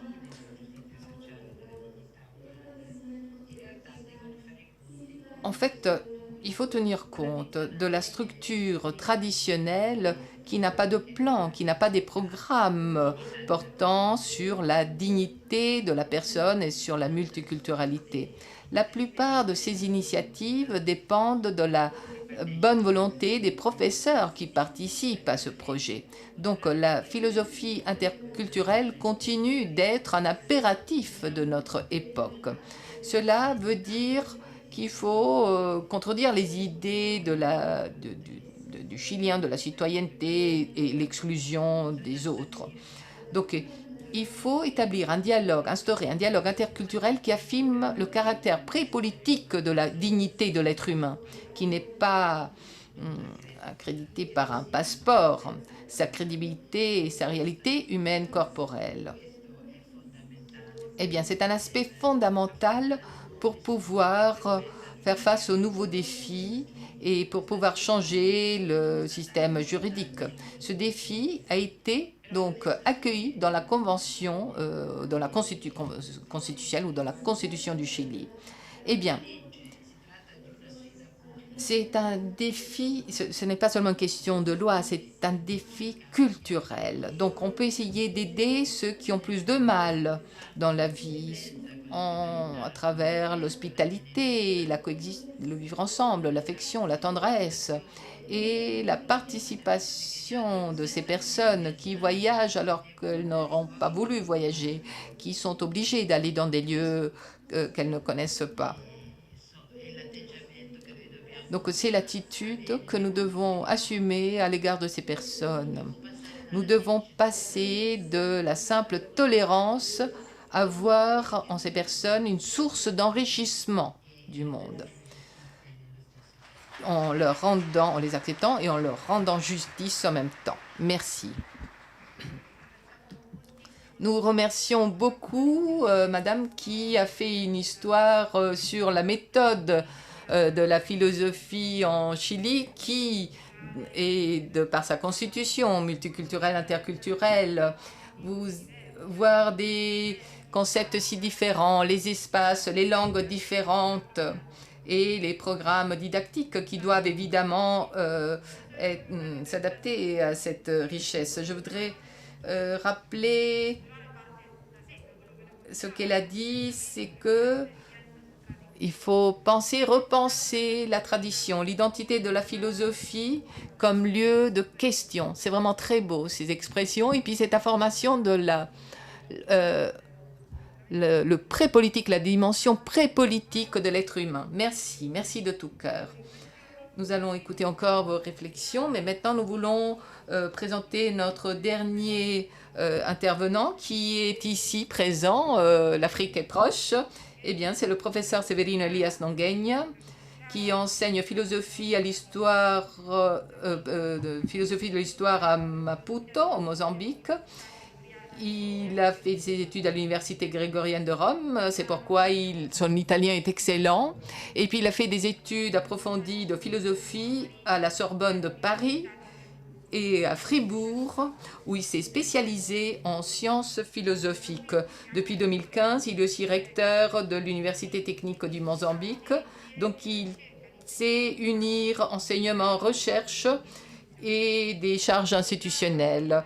Professeur invité dans plusieurs centres académiques en Europe, au Brésil, aux États-Unis. Il a coordonné plusieurs congrès et a publié d'innombrables volumes, toujours dans le cadre de la philosophie africaine, inculturelle et pratique.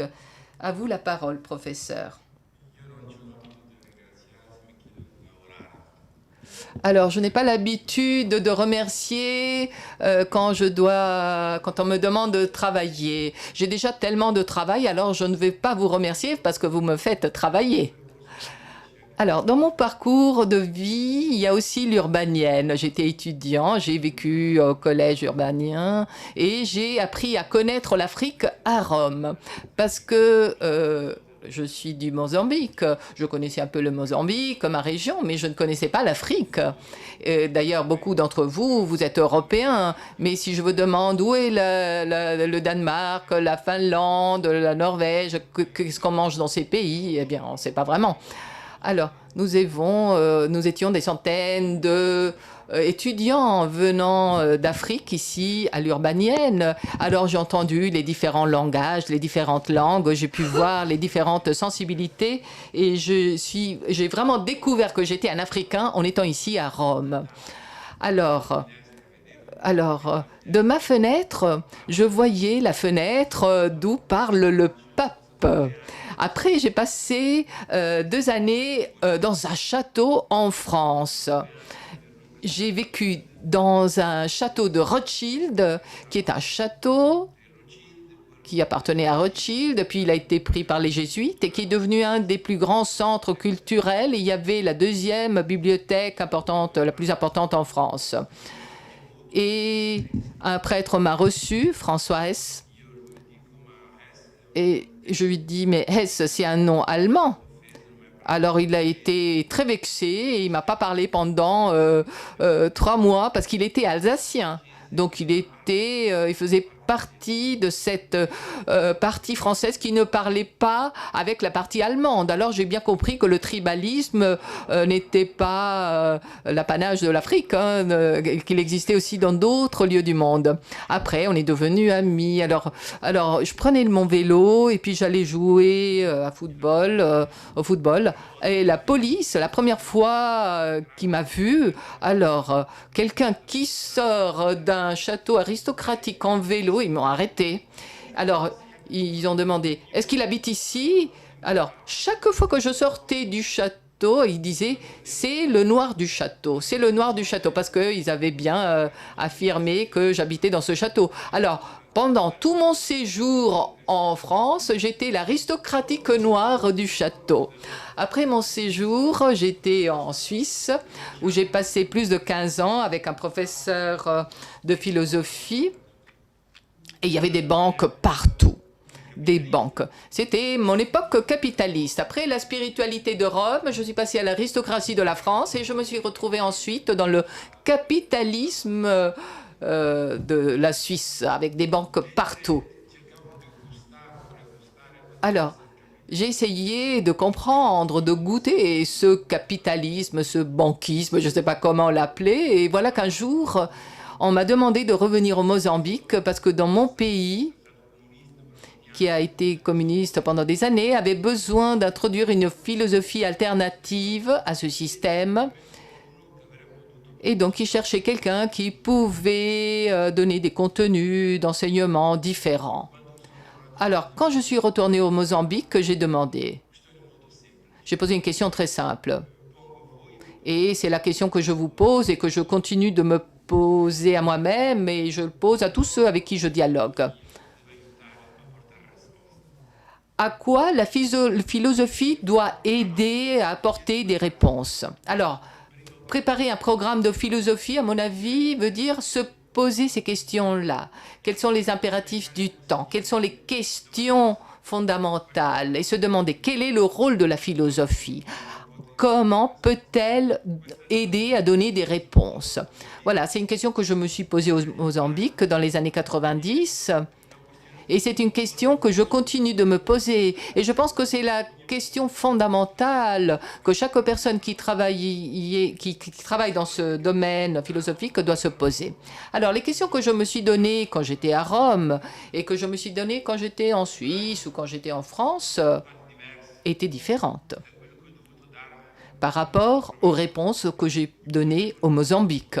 Et pourtant, je vivais dans le même monde, dans le même domaine. Mais si le temps était le même, les circonstances et la façon de considérer ces temps étaient différentes. Ce que je veux dire par là, c'est vous donner donc une définition plus importante et plus caractéristique de la philosophie. Nous pouvons critiquer Hegel, mais nous sommes tous d'accord quand il dit que le philosophe est un ami de son temps. Sa définition, c'est que c'est que le philosophe n'a rien d'autre à faire que de penser le temps dans lequel il vit, à travers la conceptualisation. Et j'ajoute toujours une thèse de Ortega y Gasset qui dit « Je suis moi-même et mes circonstances ». Alors la personne qui pense le temps, et penser le temps, ce n'est pas le chronos, c'est aussi le kairos. Et c'est même plus le kairos que le chronos. Donc ce n'est pas le déroulement chronologique des événements qui passent, mais c'est le sens que ces événements ont. Alors ceux qui pensent le kairos et le chronos, eh bien c'est toujours un individu qui est situé dans un espace et dans un temps. Donc l'universalité des encyclopédistes français du XVIIIe siècle est en fait ethnocentrique. On le dit aujourd'hui. Nos circonstances sont différentes. Alors nous pensons le temps avec nos langages, avec notre manière d'être, avec notre vécu. Et il n'y a pas une universalité qui vient d'en haut et qui irait vers le bas. C'est le koumene, c'est le dialogue entre les différentes façons de penser le tout qui fait qu'on s'approche de l'universel. C'est ça l'interculturalité. Nous pouvons dire que l'interculturalité, c'est penser l'universel sans cesse, mais sans partir du haut et aller vers le bas. Donc ce n'est pas un universalisme préconçu, ethnocentré, mais il faut penser que ce n'est qu'à travers le dialogue continu entre les différentes façons de percevoir le monde que nous pouvons dire ce qu'est le monde, ce qu'est l'homme, ce qu'est l'humanité. Et dans quel temps nous vivons.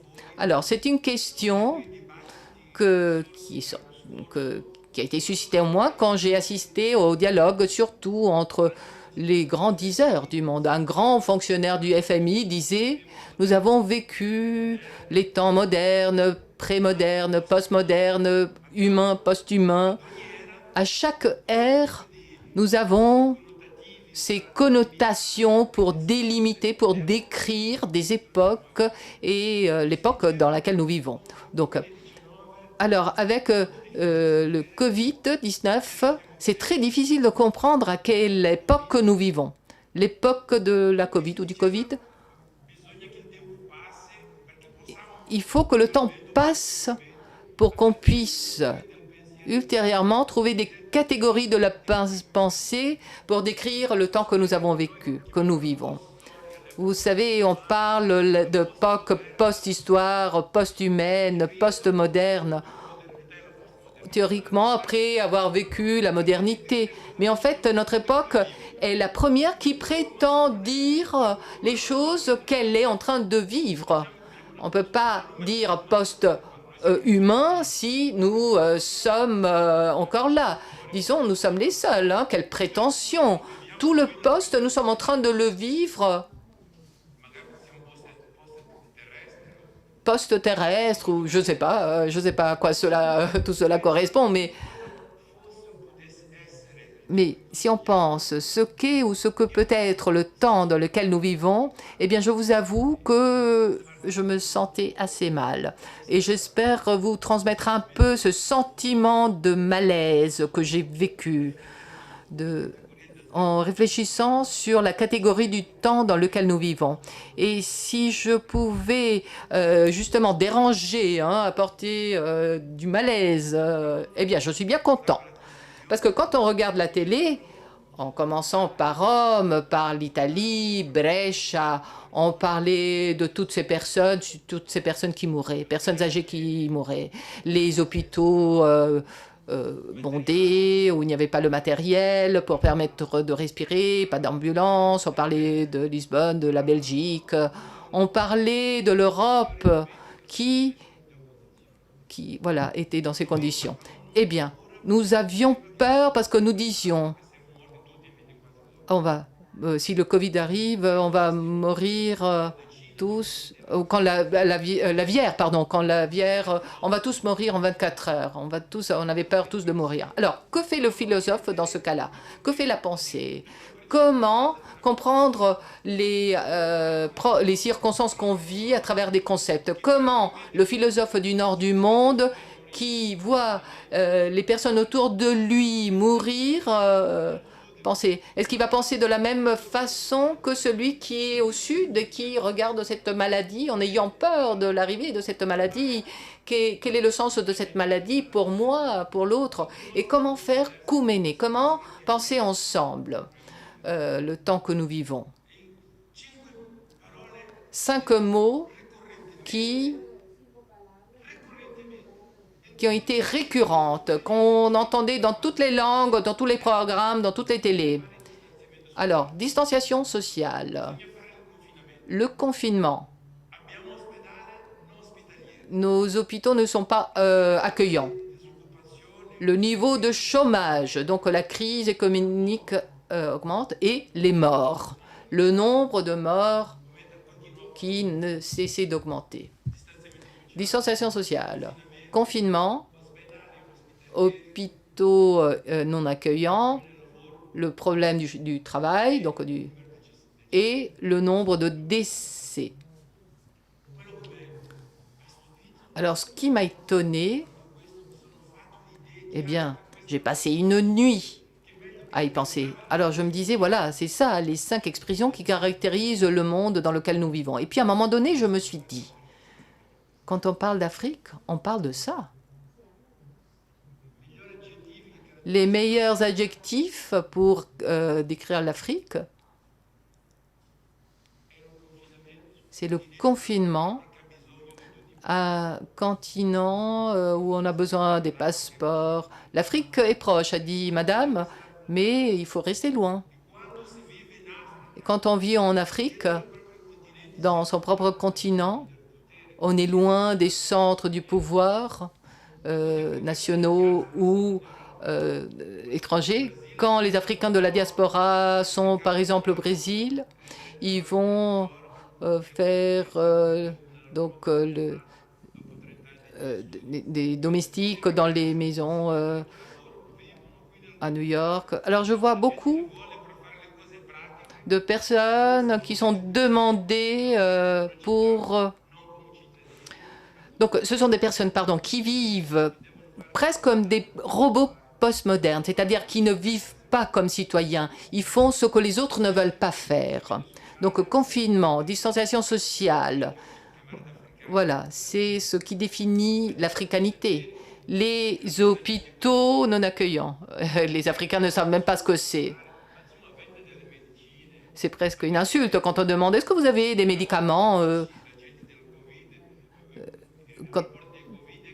Alors, quand on voit les rapports sur la Covid, pratiquement l'Afrique a 1% des vaccins du monde entier. Et comme je suis né au Mozambique et que je viens du Mozambique, eh bien, c'est un pays intéressant, le Mozambique. À 70 km de Maputo, il y a un centre de biotechnologie. Et il y a un médecin que je connaissais très bien. Alors, on faisait des expériences sur le paludisme. Alors, ce médecin a dit, eh bien non, il ne faut pas faire des expériences sur les personnes. Vous pouvez le faire seulement en évitant de tuer les personnes. Alors, il a été chassé, il y a un nouveau ministre, et la semaine dernière, nous avons appris quelque chose de terrible. Le Pfizer est en train de faire des expériences sur les femmes enceintes des médicaments avant de les vendre au premier monde. C'est officiel, c'est écrit dans les journaux. Pfizer, cette grande entreprise, fait des expériences sur les femmes enceintes. Les vaccins sont expérimentés sur les femmes enceintes. Et si ça marche, on va les vendre au monde entier. C'est intéressant. Quand on pense aux hôpitaux accueillants ou non accueillants. Il y a aussi un autre élément qui concerne l'emploi. Donc au Mozambique, nous disons souvent que nous avons 90% des travailleurs dans l'informel. Ça veut dire donc qu'il y a beaucoup de chômeurs. Évidemment, quand on voit en Occident qu'il y a une crise économique, on sait donc qu'il y a beaucoup plus de chômeurs en Occident. Également, on voit que vraiment la situation économique est difficile. Alors, pensez donc... Moi, je mérite 5 minutes en plus parce que je viens de loin.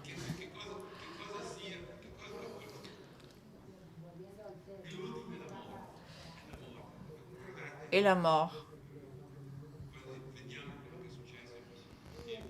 Quand on voit ce qui s'est passé ces derniers temps, plutôt en Europe qu'en Afrique, eh bien la mort. La mort est tellement proche que c'est presque une amie pour nous. Dans nos pays, le jour de la mort, il y a les gens qui vont au cimetière et puis il va boire une bière. La mort est là tous les jours, qu'il s'agisse de Covid ou de malaria ou de paludisme ou des gens qui meurent de faim. C'est tellement proche.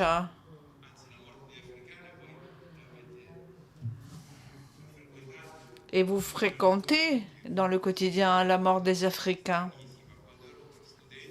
Quand j'étais étudiant, je lisais cette phrase sur les Romains où l'on parlait de Méditerranée comme notre mer, Mare Nostrum. Mais aujourd'hui, on pourrait dire notre mort plutôt que notre mer, car la Méditerranée est devenue un cimetière.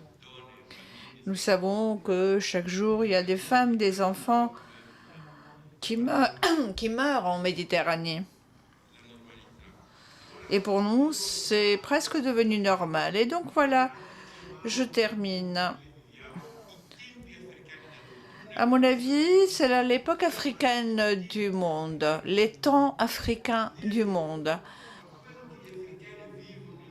Donc ce que les Africains vivent au quotidien depuis des siècles, ce que les gens ont dans leur sang, dans leur chair, est quelque chose qui doit être partagé. Donc cette douleur qu'il faudra expérimenter, ces gens qui disparaissent, ces gens qui perdent leur travail, ces gens qui se trouvent dans des catastrophes.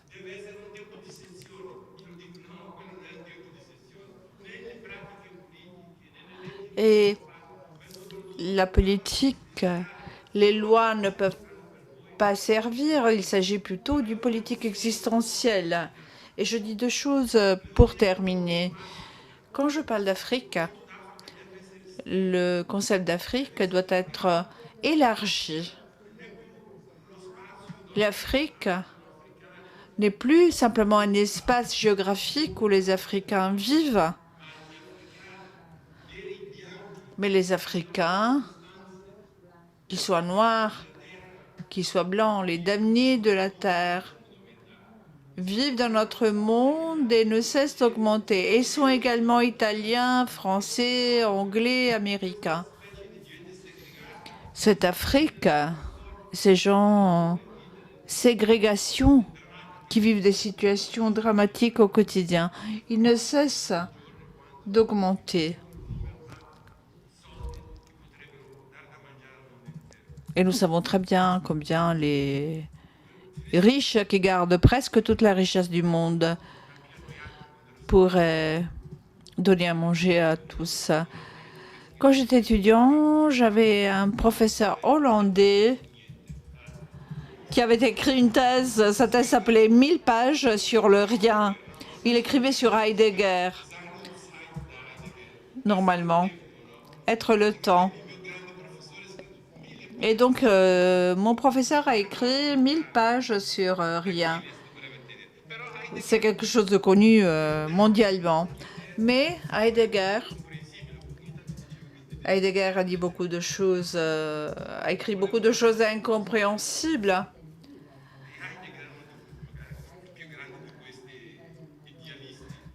C'était un grand idéaliste, peut-être ne voulait-il pas être lu, mais il a écrit 3 concepts, 3 paradigmes fondamentaux.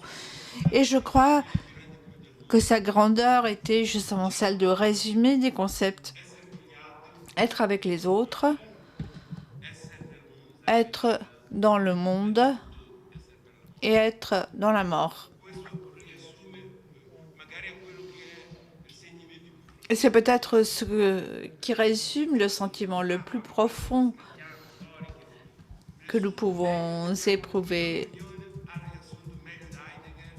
Personne n'a résumé la condition humaine mieux que Heidegger, à mon avis.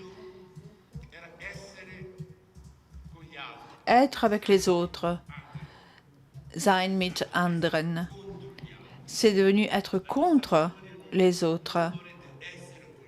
Notre histoire n'est pas l'histoire de être avec les autres, mais plutôt être contre les autres. Toute l'histoire moderne.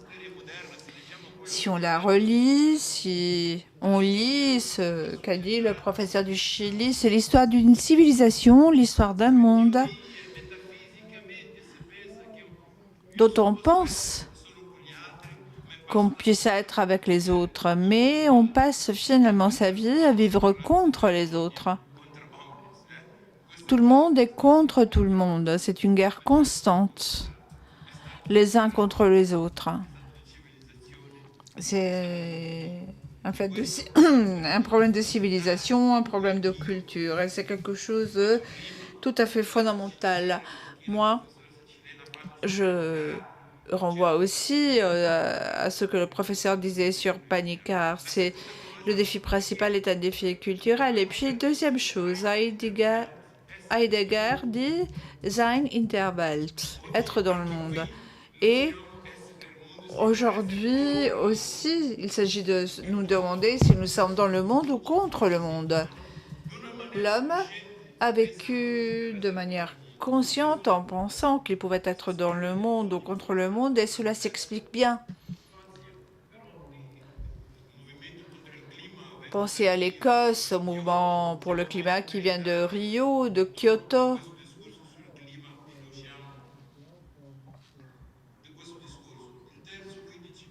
Troisièmement, il dit être pour la mort. Hier, je n'arrivais pas à dormir parce que je ne savais pas comment terminer ma conférence. Alors je voulais dire quelque chose de mignon, de beau, de joli, dont on puisse se souvenir, mais finir avec la mort. Bon. Peut-être que c'est pas très élégant. Et pourtant la mort est là. C'est l'énigme, c'est le mystère de la destination humaine. Et aujourd'hui, on dirait que c'est devenu une question technique avec l'intelligence artificielle. On dirait que la mort n'est plus un mystère, n'est plus un énigme, mais c'est peut-être devenu une question technique.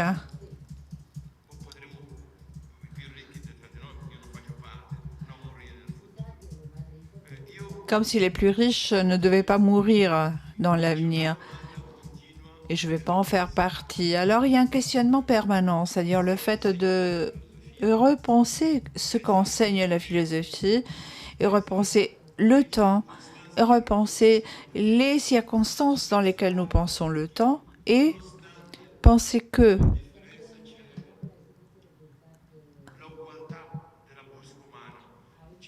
il y a la souffrance. Il y a un professeur italien, le professeur Maramao, qui a écrit un livre en introduisant une distinction fondamentale entre ce qu'il appelle le monde et le globe. Le globe est un concept géographique, le monde est un concept philosophique et historique. Le monde à voir avec la recherche du kairos.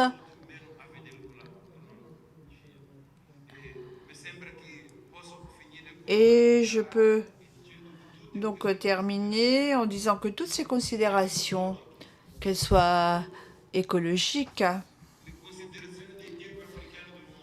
que ce soit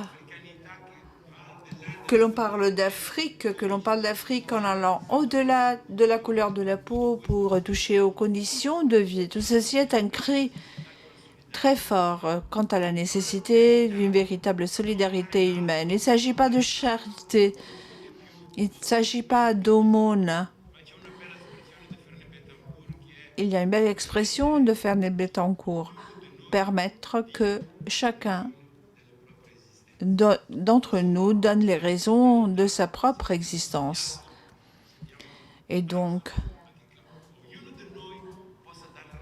chacun d'entre nous devrait pouvoir montrer les raisons les plus profondes de son existence. Merci.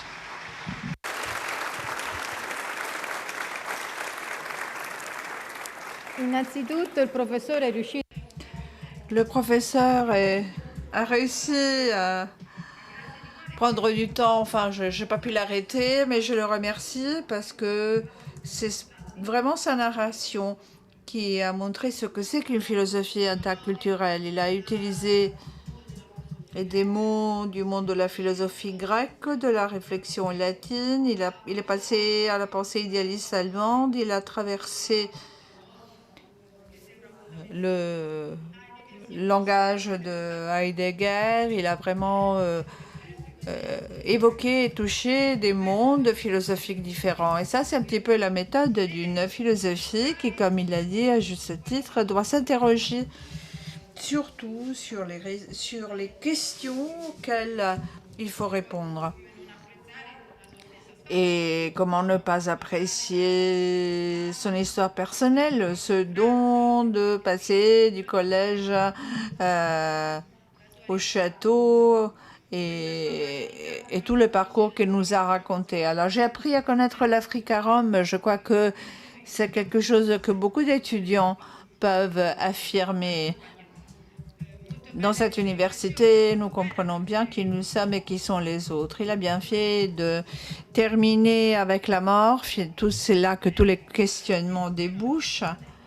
Et c'est vrai, la mort ne pourra jamais être un problème technique. Donc merci de tout cœur pour toutes les indications qu'il nous a offertes et aussi pour cette lecture inédite, aussi sur le temps africain. Peut-être que seulement un penseur africain pouvait saisir cette clé de lecture. Il y aurait beaucoup de choses à dire, mais malheureusement, le temps chronologique nous presse.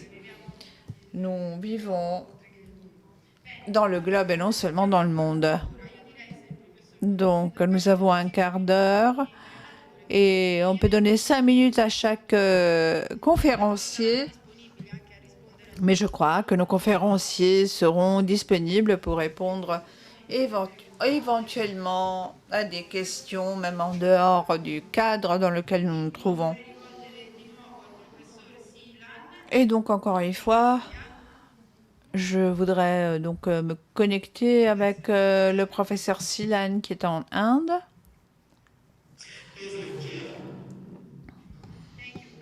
Merci. Voulez-vous poser une question ou partager une réflexion avec nous? Et je suis désolée, je n'ai pas pu suivre la traduction simultanée, donc je n'ai écouté qu'en italien.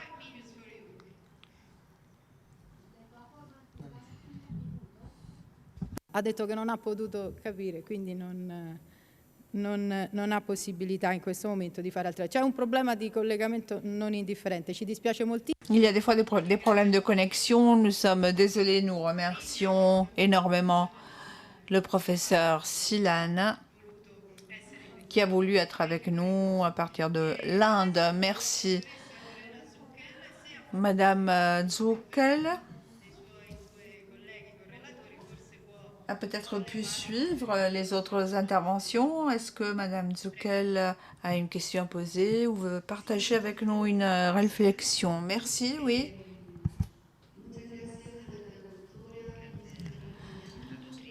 Merci à la traductrice. Et nous avons bien suivi donc la présentation, l'inauguration du congrès, et je veux également saluer, donc remercier les professeurs présents. Je voudrais vraiment les remercier pour leur présentation, leur proposition pleine de lucidité, très intéressante. Je n'ai pas de questions particulières à poser. J'étais prise un petit peu de surprise, mais je reste à votre disposition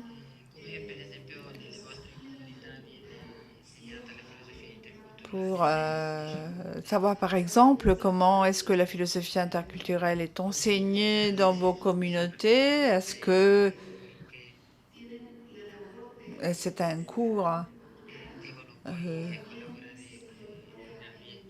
à lui seul pour ceux qui doivent ensuite travailler dans des milieux interculturels, ou bien est-ce qu'elle est étudiée dans le cadre d'autres disciplines?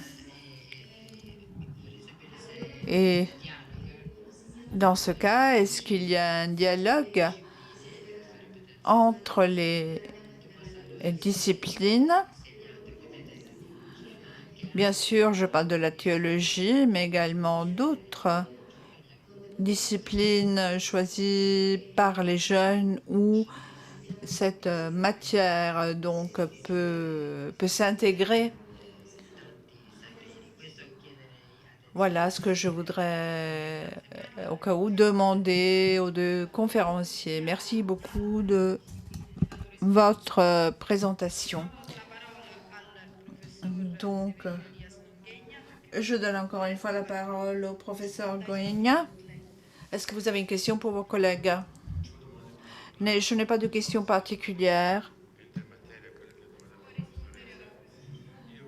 Mais si je peux essayer de répondre, en parlant avec les professeurs hier, je disais que la première fois que le doyen est venu me voir, il m'a dit, enseigner la philosophie interculturelle. Pourquoi?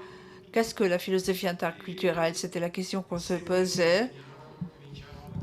Et chaque année, je racontais la même histoire à mon nouveau groupe de formés d'étudiants, car le danger que j'ai trouvé dans ces mots,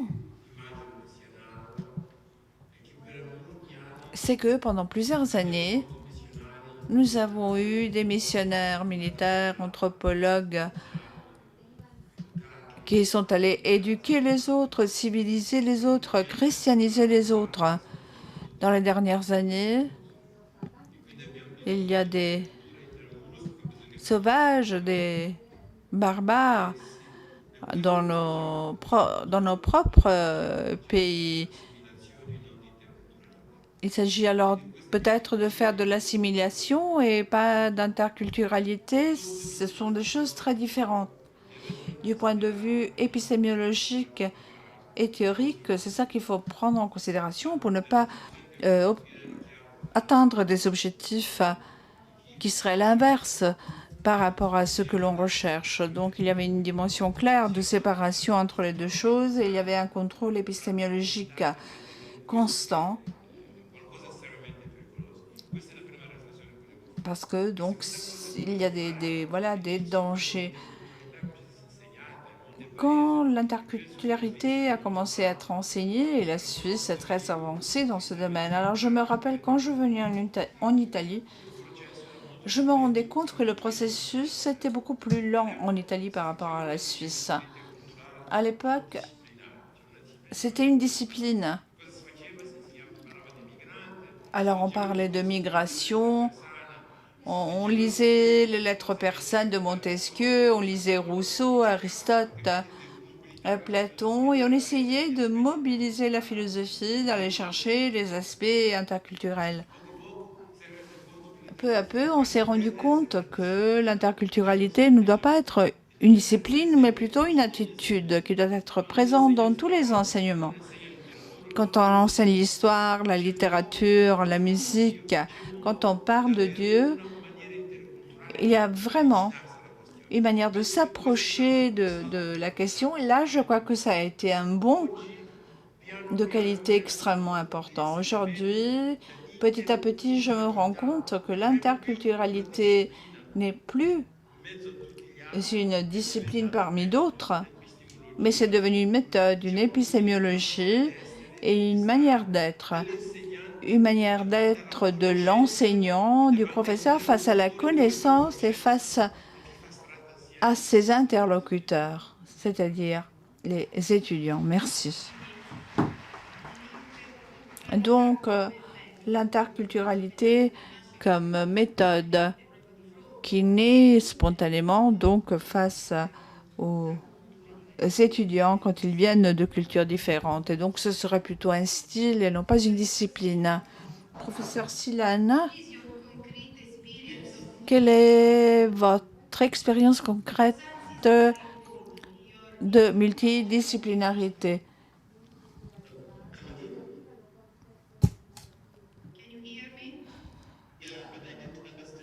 Oui, mais je n'ai pas compris.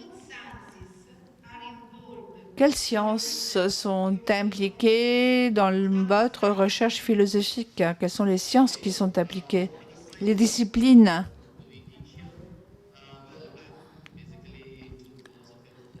Alors, la philosophie de la religion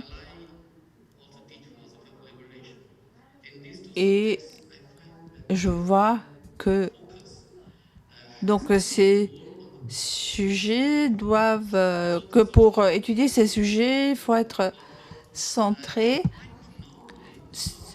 sur quelque chose d'assez nouveau. Donc, il ne s'agit pas seulement de minorités ou de personnes marginalisées, mais l'interculturalité dans la philosophie doit nous amener vers les autres et surtout les exclus, ceux qui ne sont pas écoutés. Donc je pense à des chercheurs qui ont traité ce thème et je pense que ça peut être une problématique intéressante car il y a des personnes qui n'ont jamais été écoutées. L'interculturalité est une méthode, comme l'a dit le professeur, mais aussi plus qu'une méthode, c'est le contenu. Et donc, dans les disciplines, les matières que nous enseignons, nous essayons d'intégrer des études sur les femmes, sur l'égalité de genre. Et nous soulignons également différents aspects. Et de plus en plus, nous sommes conscients du contexte et de comment les différentes disciplines sont insérées dans un contexte, surtout donc par rapport au problème de l'exclusion. Il y aurait certainement beaucoup à dire vraiment sur le nom de ce groupe de disciplines. Eh bien, je crois que nous pouvons affirmer que ce temps ensemble a été extrêmement enrichissant. Nous remercions énormément nos 3 conférenciers qui non seulement nous ont offert leurs expériences, leurs connaissances, mais que surtout ont ouvert de nouvelles voies de réflexion, de nouveaux chemins que nous essayons donc de nous approprier au sein de notre université, mais ce n'est jamais donc des chemins une fois pour toutes, et donc il faut toujours être sollicité, inquiété pour ainsi dire, par les défis contemporains. Merci à tous de tout cœur. Nous avons maintenant la pause café. Et c'est à Madame Mazzolini de modérer la prochaine session qui va commencer à 11h30.